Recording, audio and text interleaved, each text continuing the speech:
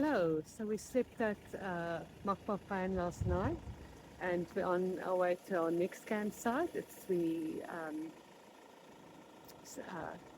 just driving and we came across this beautiful pan. I just want to show something. And it doesn't have a name. We can't see a name on the board here. There's nothing. But there's our big block of hippopotami. And that gas is for you again. Aren't they beautiful? They just sleeping. It was very chilly this morning and they just obviously uh, enjoying the sun. Now there is this rumour that they sweat blood, but it's not true. It's because they get very, very pink when they're in the sun. So there we go.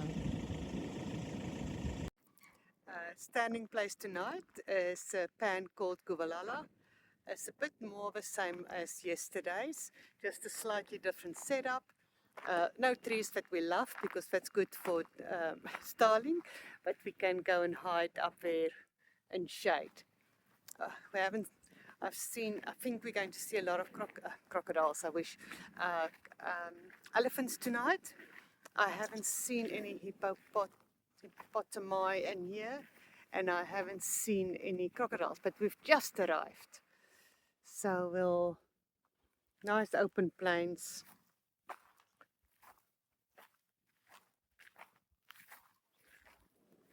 Gosh, but it is a bit, you can see a need of a bit of loving care here. Probably time for Zim parks to be taken over by African parks. They just need a bit more structure. They don't have money. Zimbabwe doesn't have money for this. Now this is so special. We've been sitting here the whole afternoon working and reading. Now it's drinking time. I'm just very carefully going to move around. They're not used to people here. You can see they're very, very, very... What are that funny little upright things there?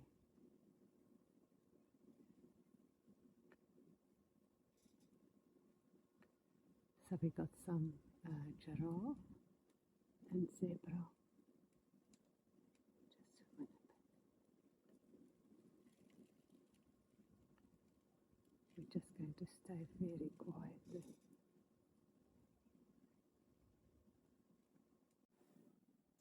The zebra is quite relaxed and they usually get spooked very quickly. But the giraffe, probably so they can see very far. I'm not sure if they're going to trust us. I hope we don't scare them too much.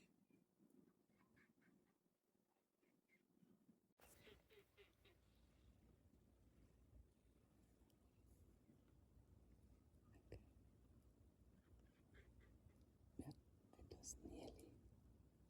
I'm just going to let the video go for a tiny bit. That's one on the left and nearly we started drinking water, but let's just have a look. Yep, I think, what are you doing there?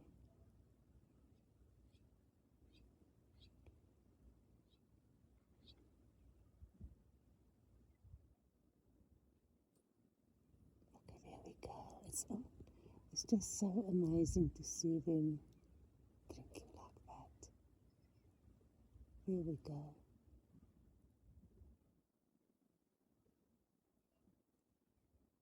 I'm just going to video the whole thing. You can stop watching if you had enough, but it is.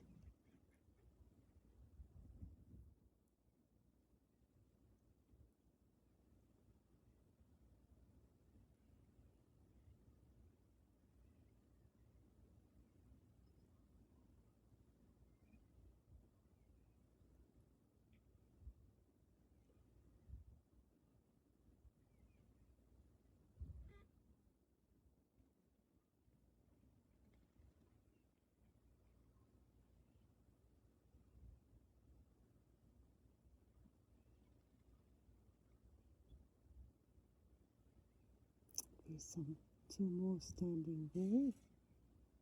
There's one more coming from there. So I think we'll just be very quietly. They are pretty amazing.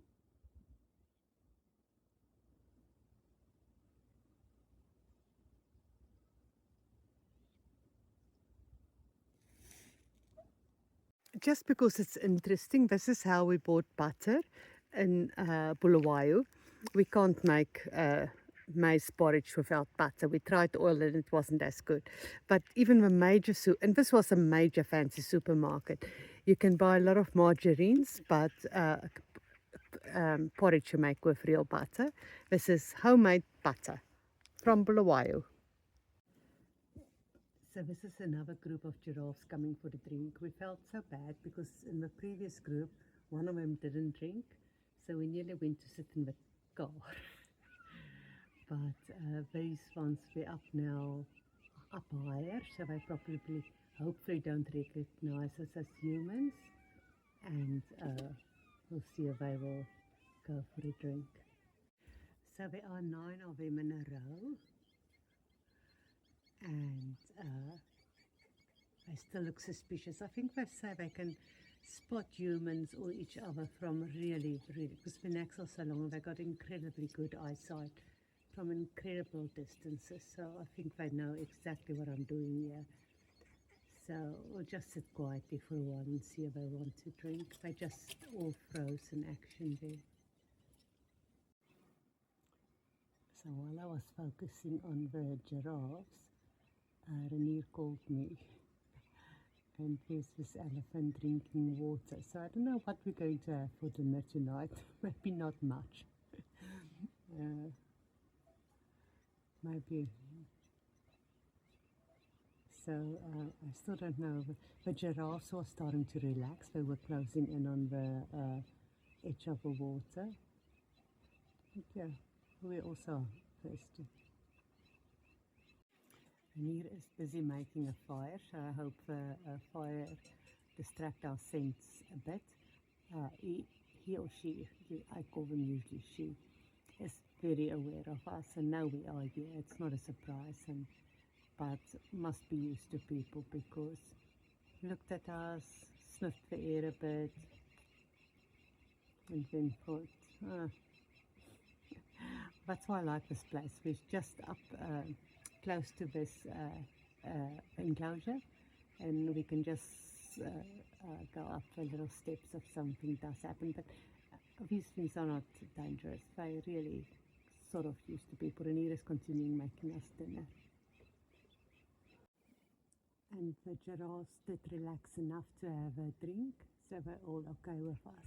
It makes me feel better. I don't want to intrude, and there's lots of water around because it was a very wet, rainy season.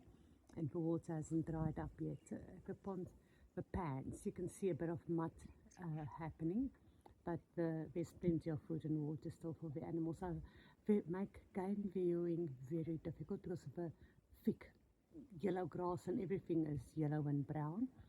But I'd rather have it this way than I've seen last year in the Kruger really no food at all, and the animals just so desperately hungry and thirsty, but I like it much more than this. I'd rather take my chances of seeing an animal than seeing them hungry. Here we are, everything very peaceful. Hi there. So last night was in Guvalulu camp, and they were open campsites, and tonight we're back in a fenced one, Shumba. And it's run by 2 ladies. They were very proud to tell us that it's their camp and they keep it clean and in order. And that's probably to keep out monkeys and baboons, hey? We've asked them to make us some fire, because last night in Guvalulu was actually quite funny. So Guvalula last night was quite funny. We couldn't have a shower the previous night neither. We're not sure if it is because the water gets pumped with solar power. But so we made our little donkey for our water when it was about 7 o'clock. And the only thing that heated up was the toilet cistern. So we gave it I don't know how it works. We gave it a go, a miss there. Not going to try to scoop hot water out of a toilet cistern. We asked Renier's friend, that is Gemini. The park is actually in a really sad state. The roads are broken. It took us really a long time to get here. And African Parks is not planning to take this over because they took over Matusadona. But apparently they got help from an international company that's pumping in money now.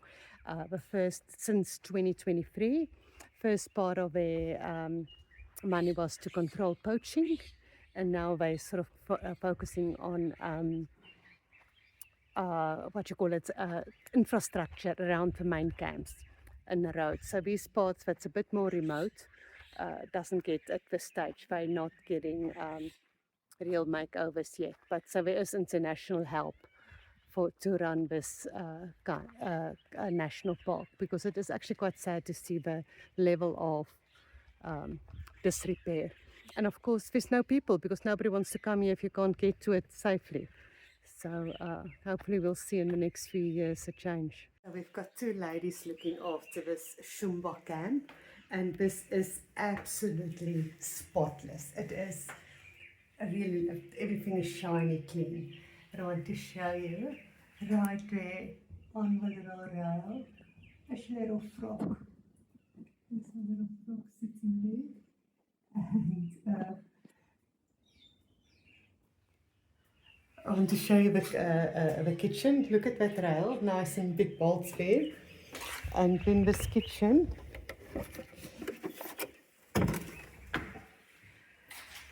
this is also quite funny. This stove was built, it is on Wellow iron. That was, and there was really an iron factory in Zimbabwe.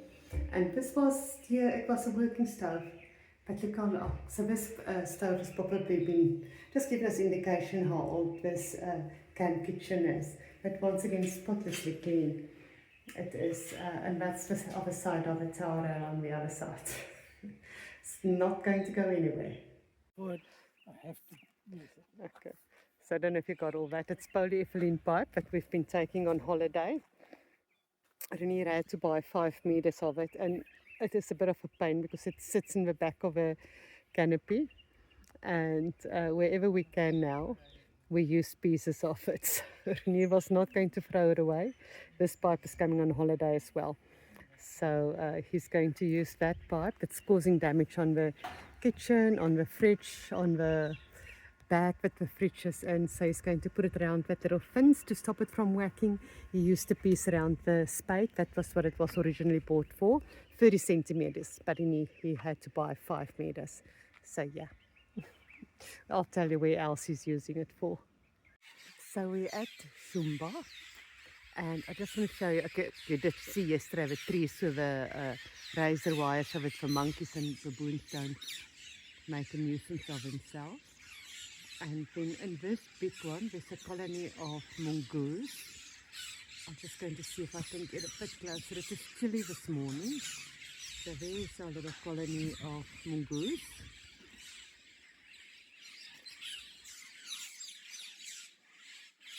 They're not too scared, they're cold. It's very sweet. They're just all huddling, softly big taxis. There comes another one there. And then in the tree next door is our ground squirrels. They look very similar if they start running, but the color is very different. Oh, so there they are. Some bush rats. You see they're lighter in color and they occupy this tree. Where can they go in? Oh. They're up there somewhere.